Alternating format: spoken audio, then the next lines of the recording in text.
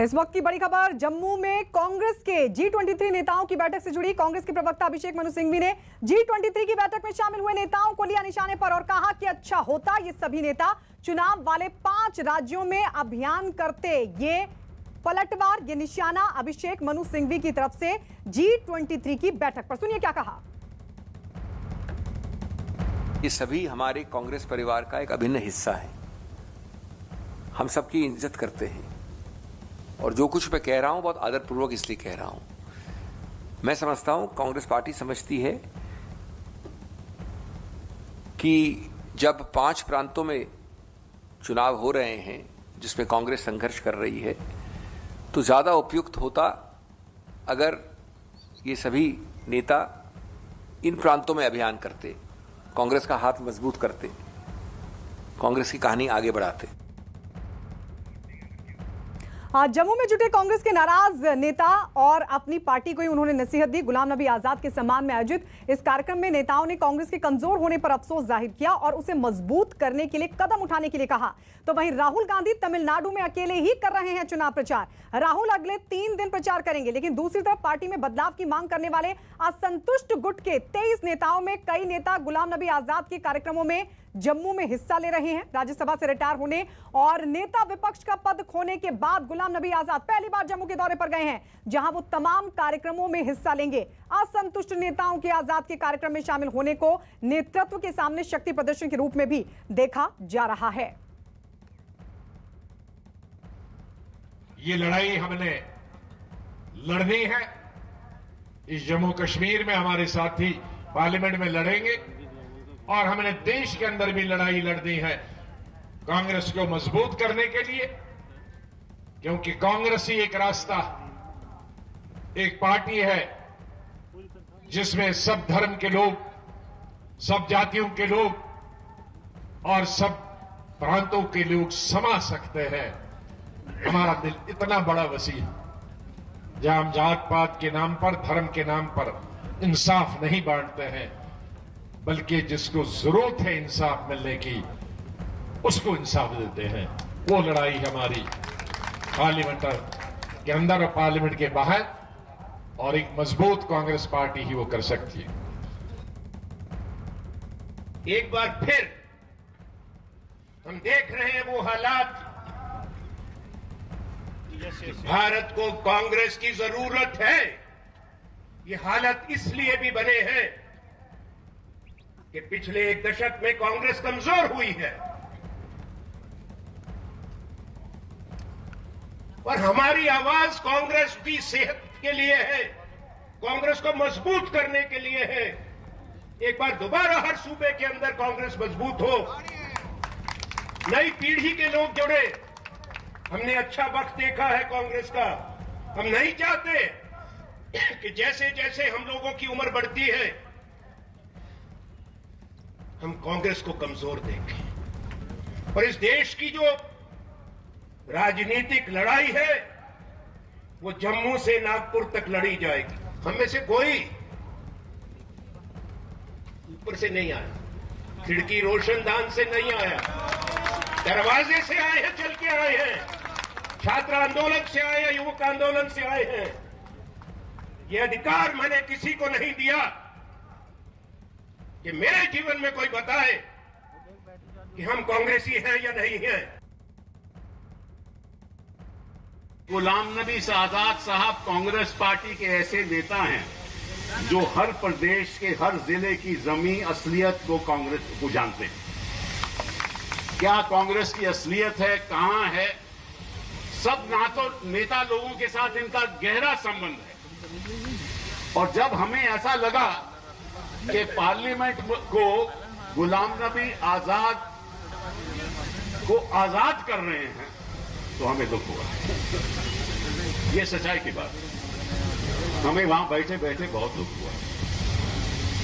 हम नहीं चाहते थे कि गुलाम नबी आजाद साहब को पार्लियामेंट से आजादी मिले। और मुझे तो इस बात की समझ नहीं आई कि इस अनुभव को कांग्रेस पार्टी इस्तेमाल क्यों नहीं कर रही। तो कांग्रेस में असली कांग्रेसी कौन है, अब इसकी जंग छिड़ गई है। सवाल कई है कि असहयोग आंदोलन कांग्रेस में क्यों। सवाल यह भी है कि 5 राज्यों में चुनाव से पहले इस तरह की स्थिति आला कमान के लिए कितनी बड़ी चुनौती। इन तमाम सवालों के बीच हमारे सहयोगी पवन शर्मा इस वक्त हमारे साथ जम्मू से जुड़ गए हैं। पवन, यहां से बगावत का बिगुल तो फूंक दिया, बताइए कि अब आगे की रणनीति क्या होगी इस बगावत को आगे बढ़ाने के लिए, और जम्मू कश्मीर की जमीन को ही क्यों चुना गया, क्या इसके पीछे भी कोई खास वजह? बिल्कुल खास वजह है जम्मू कश्मीर को चुनना, क्योंकि गुलाम नबी आज़ाद जो इस समय बड़े नेता के रूप में उभर कर सामने आ रहे हैं, जिस तरह से G23 के नेता जो कपिल सिब्बल, राज बब्बर, मनीष तिवारी, बाकी जितने भी लोग हैं वो इसके साथ खड़े हैं। इनके साथ खड़े होने का मतलब है कि जम्मू कश्मीर के पूर्व मुख्यमंत्री गुलाम नबी आज़ाद इस समय राज्यसभा के सांसद नहीं हैं। उन्होंने वहाँ पर उनको विदाई होने के बाद कांग्रेस की तरफ से उनको दोबारा से मौका नहीं मिला है, तो एक असंतोष जरूर है सभी ग्रुप लीडरों के बीच में। और जम्मू कश्मीर को चुनना इसलिए ज़रूरी है क्योंकि राहुल गांधी का केरल में जो बयान था उत्तर भारतीयों के लिए, तो उत्तर भारत में जम्मू कश्मीर आता है। मनीष तिवारी पंजाब से आते हैं, भूपिंदर सिंह हुड्डा हरियाणा से आते हैं, कपिल सिब्बल दिल्ली हैं। तो कहीं ना कहीं उत्तर भारत के सभी नेता जो इस समय हैं वो गुलाम नबी के आज़ाद आकर खड़े हुए हैं जम्मू में, और जम्मू से गोलाबंदी कर दी गई है कांग्रेस नेतृत्व के खिलाफ, और एक आवाज़ उठाई गई है कि आखिर इन लोगों को नज़रअंदाज क्यों किया जा रहा है। जो पार्टी के जो अध्यक्ष चुनना है उसके लिए कई दशकों से अभी तक चुनाव क्यों नहीं हो रहे हैं, एक ही परिवार का अध्यक्ष क्यों बनाया जा रहा है। तो संकेत उस तरफ है, इशारों में बोल दिया गया है पार्टी हाईकमान को कि हम जो लोग हैं, हम कांग्रेस हैं, कांग्रेस के पुराने लोग हैं, अनुभवी लोग हैं, हमको आप दरकिनार नहीं कर सकते हैं, आपको हमसे पूछना चाहिए, इन लोगों की राय लेनी चाहिए। कहीं ना कहीं ये एक बगावत का सुर है जो जम्मू से उठा है सभी नेताओं का। और सवाल अब ये है कि क्या ये प्रेशर क्रिएट हो पाएगा आला कमान पर, क्योंकि जिस तरीके की बगावत को आगे बढ़ाया गया है, यहां से अब आगे की रणनीति क्या होगी इसके लिए हम लौटेंगे। पवन, आपके पास ये 2 तस्वीरें आपको दिखा रहे हैं। दरअसल ये 2 तस्वीर देखिए, एक तरफ बगावत का बिगुल जम्मू से जहां पर कार्यक्रम हो रहा है गुलाम नबी आजाद के सम्मान में। कई कार्यक्रमों में न सिर्फ गुलाम नबी आजाद बल्कि कांग्रेस के तमाम असंतुष्ट नेता यहां से आला कमान के खिलाफ ही बिगुल फूंक रहे हैं, और जंग छिड़ गई है कि कांग्रेस में असली कांग्रेसी कौन है। दूसरी तरफ आप देख रहे हैं दक्षिण में राहुल गांधी, तमिलनाडु वो राज्य जहां पर विधानसभा के चुनाव होने, तारीखों का ऐलान हो चुका है, लेकिन अकेले ही राहुल गांधी वहां प्रचार करते हुए दिख रहे हैं। तो 2 तस्वीरें आपके सामने। और जम्मू कश्मीर की जमीन को चुनना इसलिए क्योंकि उत्तर भारत में आता है, और उत्तर भारत को लेकर ही राहुल गांधी ने पिछले दिनों केरल के तिरुवनंतपुरम में बयान दिया था, और दक्षिण की तुलना उन्होंने उत्तर भारत से की थी, जिसको लेकर कांग्रेस के तमाम नेताओं ने सवाल भी खड़े किए थे। इस बीच आपको बता दें, जम्मू में कांग्रेस के असंतुष्ट नेताओं की बैठक में शामिल कांग्रेस के नेता मनीष तिवारी ने भी गुलाम नबी आजाद को कांग्रेस का समर्पित कार्यकर्ता बताया। हम सब गांधी ग्लोबल फैमिली के बुलावे पर इस ऐतिहासिक बंदरों के शहर जम्मू में एकत्रित हुए। अगर हम कांग्रेस की बात ना करें तो गांधी की बात अधूरी रह जाती है, और उन्हीं इरादों के साथ में आज लोग कहते हैं G23, मैं कहता हूं गांधी 23। महात्मा गांधी जिसके विश्वास के साथ में, जिसके इरादों के साथ में, जिसकी सोच के साथ में इस देश का आईन बना, संविधान बना, आज उसको लेकर चलने के लिए कांग्रेस के लोग मजबूती के साथ तैयार हैं। ये G23 कांग्रेस की मजबूती चाहती है। गुलाम नबी आजाद ना तो राजनीति से रिटायर हुए हैं और ना कभी पार्लियामेंट से आजाद होंगे। ये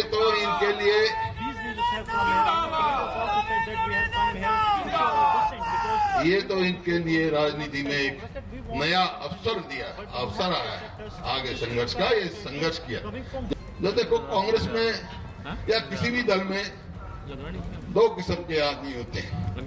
हमारी पार्टी में भी 2 किस्म के आदमी हैं। कुछ तो कांग्रेस पार्टी में है पूछोगे अंदर कांग्रेस है तो गुलाम नबी तो उनमें से एक है जिनके अंदर कांग्रेस है। और हमारे सहयोगी अनुराग ढांडा भी हमारे साथ दिल्ली से जुड़ गए हैं। कांग्रेस में असली कांग्रेसी कौन है? इस जंग का आला कमान पर क्या असर होगा? क्योंकि ये तो सीधे सीधे चुनौती भी नहीं कहेंगे, इसको सीधे सीधे अनुराग चेतावनी कहेंगे। लेकिन इससे पहले ये बताइए कि गुलाम नबी आजाद को ये एहसास हुआ कैसे कि अब और अन्याय नहीं?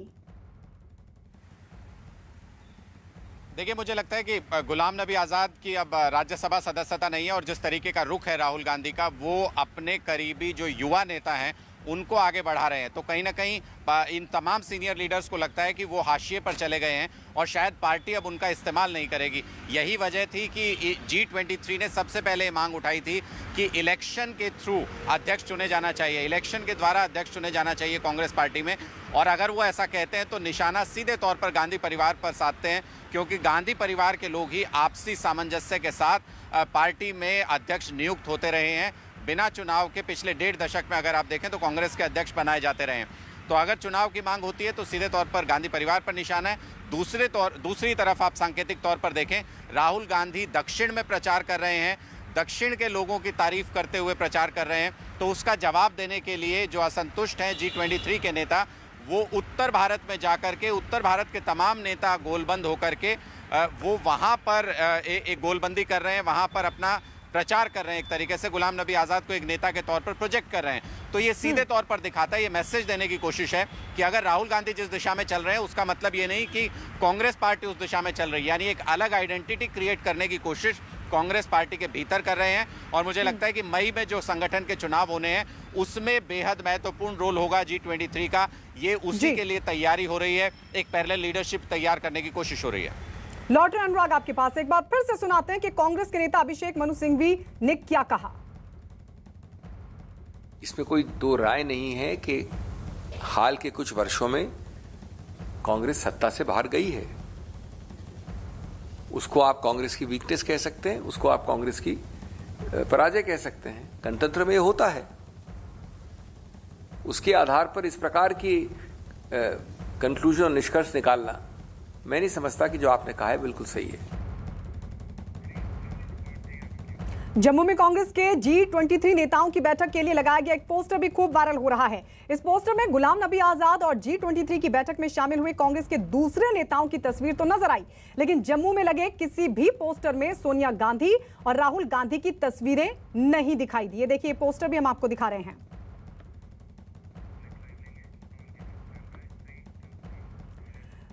पवन, सवाल वही, बगावत का बिगुल तो फूंक दिया गया, अब आगे की रणनीति क्या होगी?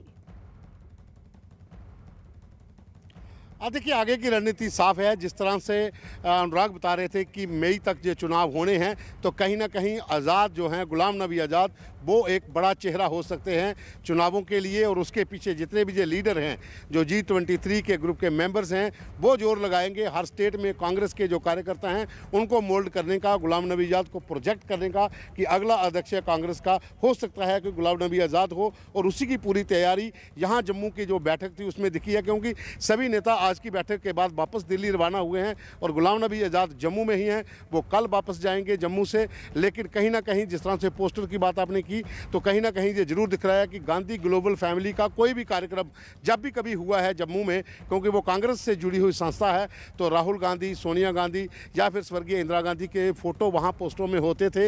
लेकिन ये पहली बार है कि गुलाम नबी आज़ाद के समारोह में जहाँ पर जो रखा गया था स्वागत समारोह, उसमें सभी नेता पहुँचे, लेकिन पोस्टर पर किसी भी गांधी परिवार का फोटो इस बार नहीं था। वो चाहे राहुल गांधी हो या फिर सोनिया गांधी हो, सिर्फ गुलाम नबी आज़ाद और उनके लीडर्स के फोटो थे। और कोई भी जिक्र वहां पर इन दोनों नेताओं का कांग्रेस की ओर से नेताओं ने नहीं किया है। ये भी अपने आप में एक बड़ी बात है कि इतने बड़े नेता जो जम्मू कश्मीर में पहुंचे थे, हर व्यक्ति ने वहां पर अपना भाषण दिया है, लोगों से बात की है, लेकिन दोनों नेताओं का, राहुल गांधी का और सोनिया गांधी का जिक्र ना होना, ये भी दिखाता है कि विरोध के जो स्वर थे वो काफ़ी तेजी से उठना शुरू हो गए हैं। लेकिन अगर ये जाते हैं, प्रचार करते हैं, तो फिर कहेंगे क्या और फिर आला कमान का इस पर क्या रिएक्शन रहेगा, उसके लिए भी हम आपसे चर्चा करेंगे। फिलहाल आप दोनों का बहुत बहुत शुक्रिया। एक और कांग्रेस आलाकमान की अनदेखी से नाराज कांग्रेस के दिग्गज नेताओं ने जम्मू में गुलाम नबी आजाद की अगुवाई में शक्ति प्रदर्शन किया, तो वहीं केरल और तमिलनाडु में अकेले मोर्चे पर डटे राहुल गांधी ने 5 राज्यों के चुनाव से पहले एक बार फिर ईवीएम पर उठा दिए सवाल।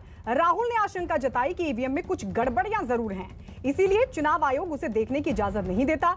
राहुल गांधी ने कहा कि ईवीएम पारदर्शी होनी चाहिए।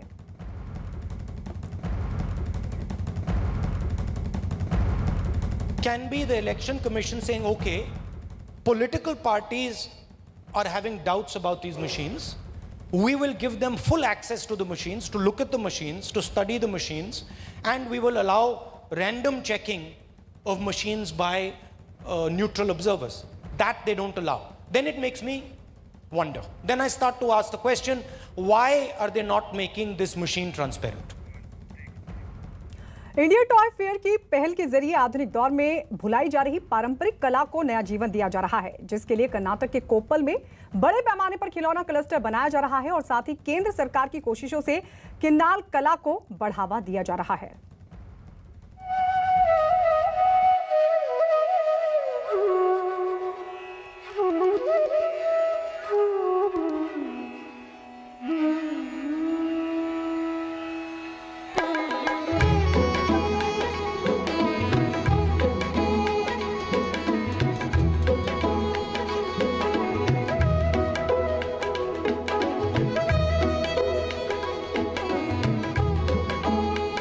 लकड़ी पर औजारों की थाप पड़ी तो एक आकार उभरना शुरू हो गया। रंगों और चित्रकारी ने इसे जीवन से जोड़ा और तैयार हो गया मन को लुभाने वाला एक खूबसूरत रंग बिरंगा खिलौना। लकड़ी के खिलौने और कलाकारी से तैयार होने वाली करीब 500 साल पुरानी इस पारंपरिक कला का नाम किन्नाल कला है, जो कर्नाटक के कोप्पल जिले की खास पहचान है।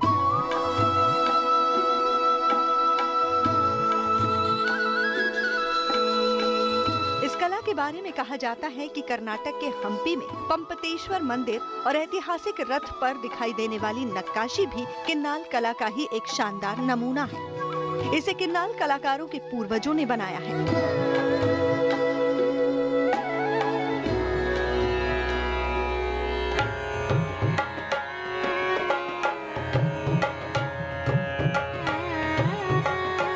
किन्नाल कला आज भी त्योहारों और देवी देवताओं की मूर्तियों और उनकी सजावट से जुड़ी चीजों में ढलती दिखाई देती है। पुराने जमाने में इस कला में कारोबार और कामकाज की झलक दिखाई देती थी, लेकिन आज इस कला में मूर्तियां, जानवर, गुड़िया, फल, सब्जियां, चिड़ियों के खिलौने और घर की सजावट के सामान ढलते दिखाई देते हैं। ಕೊಪ್ಪಳ ತಾಲೂಕಿನ ಕಿನ್ನಾಳ ಗ್ರಾಮದ ವಿಶೇಷ ಈ ಒಂದು ಚಿತ್ರಗಾರ ಸಮುದಾಯದ ಒಂದು ಕಲೆ ತುಂಬ ಪುರಾತನವಾದದ್ದು. ವಿಶೇಷವಾಗಿ ಬಣ್ಣಗಳನ್ನು ತಯಾರು ಮಾಡೋದು ಮತ್ತು ಗೊಂಬೆಗಳನ್ನು ತಯಾರು ಮಾಡೋದು, ದೇವತೆ ಮೂರ್ತಿಗಳನ್ನು ತಯಾರು ಮಾಡೋದು, ಈ ಥರದ್ದು ಸಾಂಪ್ರದಾಯಿಕ ಮತ್ತು ನಮ್ಮ ಗ್ರಾಮೀಣ ಪ್ರದೇಶದ ಜನರಿಗೆ ಅನುಕೂಲ ಆಗ್ತಕ್ಕಂಥ ಸಾಕಷ್ಟು ವಿಧಾನದ ತಯಾರಿಕೆ ಘಟಕ ಇಲ್ಲಿದೆ. ಇದು ಒಂದು ಕಾಲದಲ್ಲಿ ಇವತ್ತಿಗೂ ವಿಶ್ವದ ಗಮನ ಸೆಳೀತಿರ್ತಕ್ಕಂಥ ಚಿತ್ರಕಲೆ ಅಂತ ಜೋಡನಾ है। ನಮ್ಮ ಚಿತ್ರಕಲೆ ಅಂದ್ರೆ ನಮ್ಮ ಅಜ್ಜ ಮಾಡಿಂದ ನಮ್ಮ ತಂದೆಯವ್ರು ಮಾಡ್ಯಾರಿ. ತಂದೆಯವ್ರು ಮಾಡಿಂದ ನಾನು 3ನೇ ತಲೆ ನನ್ನಿದ್ದ ಇದು ಕಲೆನ ಮುಂದುವರ್ಸ್ಕೊಂಡು ಹೊಂಟೀನಿ ರೀ. ಇದು ನಮ್ಮದು ಮೂಲತಃ ಅಂದ್ರೆ ವಿಜಯನಗರ ಸಾಮ್ರಾಜ್ಯದಿಂದ ಬಂದಂಥ ಕಲೆ ರೀ. ಈಗ ಗ್ರಾಮ ದೇವತೆ ಅಂತಂದು ಗ್ರಾಮೀಣ ಪ್ರದೇಶದೊಳಗೆ ಗ್ರಾಮ ದೇವತೆ ಅಂತಂದು ಪೂಜೆ ಮಾಡ್ತಾರೆ, ಆರಾಧ್ಯ ದೇವಿ ಅಂತಂದು. ಅವನ್ನು ಆಮೇಲೆ ಉತ್ಸವ ಮೂರ್ತಿಗಳನ್ನು ತಯಾರು ಮಾಡ್ತಾರೆ. ಈಗ ಆಮೇಲೆ ತೇರಿ ಕಟ್ಟ ಗೊಂಬೆಗಳು ತಯಾರು ಮಾಡ್ತಾರೆ. ಆಮೇಲೆ ತೇರುಗಳನ್ನು ತಯಾರು ಮಾಡ್ತಾರೆ. ಇಲ್ಲಿ ತೇರು, ಉತ್ಸವ ಇಂಥದ್ದು ಇಲ್ಲ ಅನ್ನಗಲ್ರಿ. ಕಟ್ಟಿಗೆ ಒಳಗೆ ಏನು ತಯಾರು ಮಾಡೋಕ್ಕೂ ಯಾವುದೇ ಆರ್ಡರ್ ಕೊಡಲಿ, ಒಂದು ಗೌರಿ ಕೊಡಲಿ। केंद्र सरकार के इंडिया टॉय फेयर की पहल के जरिए खिलौनों के लिए चीन पर देश की निर्भरता को कम करने के साथ छोटे खिलौना उद्योगों को बढ़ावा देने में मदद मिलेगी। इतना ही नहीं, इससे परंपरागत कला और हुनर को निखारने में कई मकसद भी एक साथ पूरे हो सकेंगे, जिसका सीधा फायदा किन्नाल कला को मिलेगा। आने वाले दिनों में दक्षिण भारत की ये कला न सिर्फ पूरे हिंदुस्तान में बल्कि दुनिया के कई देशों तक अपनी पहुँच बना सकेगी। दिल्ली में सामाजिक कार्यकर्ता सुशील पंडित की हत्या की साजिश रचने के आरोप में 2 सुपारी किलर को किया गया है गिरफ्तार। दिल्ली के आरके पुरम से इन दोनों की गिरफ्तारी हुई। भटिंडा की जेल से सामाजिक कार्यकर्ता की हत्या की सुपारी दी गई थी। पुलिस ने बताया कि इन आरोपियों के नाम लखन और सुखविंदर है। इन्हें सुशील पंडित की हत्या के लिए 10 लाख देने की बात कही गई थी। आरोपियों के पास से जो हथियार बरामद हुए हैं वो पाकिस्तानी बताए गए। तो 2 सुपारी किलर गिरफ्तार हुए हैं। दिल्ली के आरके पुरम से इनकी गिरफ्तारी हुई है। भटिंडा की जेल से सामाजिक कार्यकर्ता की हत्या की सुपारी दी गई थी और पुलिस ने बताया कि इन आरोपियों के नाम लखन और सुखविंदर हैं।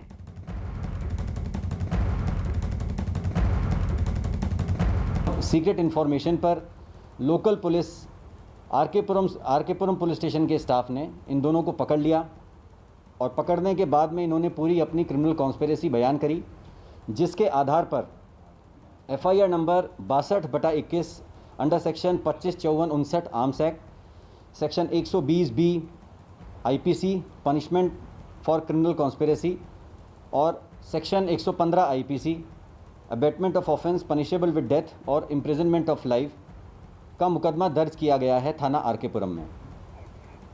आनंद तिवारी हमारे सहयोगी जुड़ गए हैं। आनंद, क्या जानकारी इनके पास से बरामद हो पाई पुलिस को पूछताछ में? जी देखिए, एक बड़ा खुलासा दिल्ली पुलिस ने किया है कि पाकिस्तान से पूरी साजिश रची गई थी। पाकिस्तान और दुबई में जो बैठे मास्टरमाइंड हैं, उन्होंने 10-10 लाख रुपए जो प्रिंस है उसको देने का आश्वासन दिया था। कहीं लखन और सुखविंदर को हायर किया था। पूरे मामले में एक बड़े विश्वविद्यालय में सुशील पंडित ने स्पीच दी थी, उसको भी जोड़कर देखा जा रहा है। उस स्पीच के बाद से जो भी पाकिस्तान और दुबई में बैठे जो लोग हैं वो काफी ज्यादा नाखुश थे और उसके बाद ही उन्होंने सुशील पंडित की हत्या की साजिश रची, जिसमें 2 जो शार्प शूटर है या जो जिन्हें सुपारी किलर बोल सकते हैं उन्हें हायर किया गया और बाकायदा पाकिस्तान से जो स्टारमेंट पिस्टल होती है, जो पाकिस्तान की बनी हुई तो इस साजिश के तहत पाकिस्तान से जुड़ते हुए 2 सुपारी किलर गिरफ्तार हुए हैं। टीवी पर पहली बार शुरू हुआ है एक अनोखा शो बायजूस यंग जीनियस। आज शाम 7 बजे न्यूज 18 इंडिया पर देखिए। 12 साल के सर्वज्ञानी ओलंपियाड बॉय को मिलिए आज के आइंस्टीन से।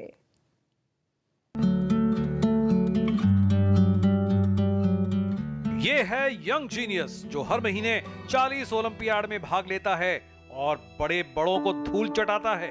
हाय, आई एम सिद्धार्थ कुमार गोपाल। ये है यंग जीनियस जो मैथ्स से लेकर एस्ट्रोफिजिक्स का मास्टर है, जिसने 2019-20 का इंटरनेशनल मैथ्स ओलंपियाड जीता। You very good in debate and elocution also. Yes sir. You write essays. Yes sir. You play the piano. Yes sir. जिसे इंटरनेशनल एस्ट्रोनॉमी और एस्ट्रोफिजिक्स ओलंपियाड में गोल्ड ऑनर मिला। ये है यंग जीनियस जिसका दिमाग ज्ञान का भंडार है। 12 साल की उम्र में ज्ञान की कुंजी है ये, जिसे अमेरिका के जॉन हॉपकिंस सेंटर के इम्तिहान में हाई ऑनर्स मिला।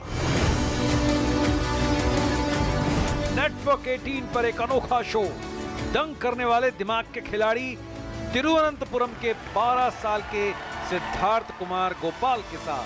How many exams have you written till date? I have written 80 to 90 exams this year. जो पहली कक्षा से साइंस, मैथ्स, इंग्लिश, जीके और साइबर ओलंपियाड को क्रैक कर रहा है, जिसे 2020 में खुद प्रधानमंत्री राष्ट्रीय बाल शक्ति पुरस्कार मिला और गणतंत्र दिवस की परेड का हिस्सा बना। आ रहा है ये यंग जीनियस शाम 7 बजे न्यूज 18 इंडिया पर।